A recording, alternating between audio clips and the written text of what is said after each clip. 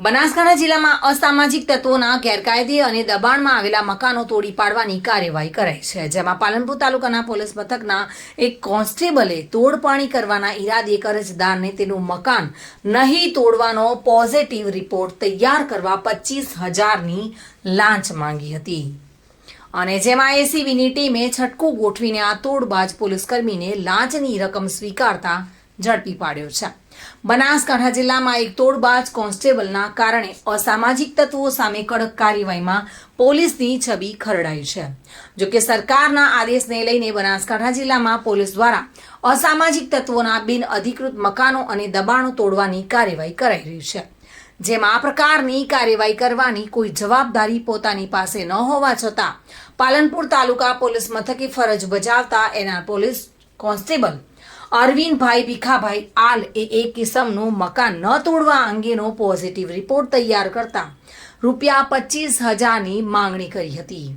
જોકે ફરિયાદી આ લાંચની રકમ આપવા માંગતા ન હોવાથી તેમણે પાલનપુર એસીબીમાં જાણ કરતા પાલનપુર એસીબી પીઆઈ NH મોરની ટીમે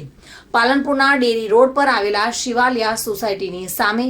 શેરડીના કોલા પર છટકું ગોઠવ્યું હતું અને જેમાં કોન્સ્ટેબલ અરવિંદ આલે ફરિયાદી પાસેથી ₹25,000ની લાંચ સ્વીકારતા તેને ઝડપી લેવામાં આવ્યો હતો। જોકે દાદાના બુલડોઝર અભિયાનમાં તોડ કરવા જતા એક કોન્સ્ટેબલ લાંચ લેતા પકડાતા પોલીસ બેડામાં સોંપો પડી જવા પામ્યો છે। સરકારના અસામાજિક તત્વોના બિનઅધિકૃત મકાનો તોડવાના આદેશને લઈને અસામાજિક તત્વોમાં ફફડાટ જોવા મળી રહ્યો છે, ત્યારે તાલુકા પોલીસ મથકના કોન્સ્ટેબલ અરવિંદ આલે આવા એક અસામાજિક તત્વ પાસેથી પૈસા પડાવવા માટે તુક્કો અજમાવી તેની પાસે કોઈ સત્તા ન હોવા છતાં તેનું મકાન નહીં તોડવાનો રિપોર્ટ તૈયાર કરવા માટે લાંચ માંગી હતી અને જેમાં તે એસીબીના હાથે ઝડપાઈ ગયા છે। Bureau report, today Gujarati news.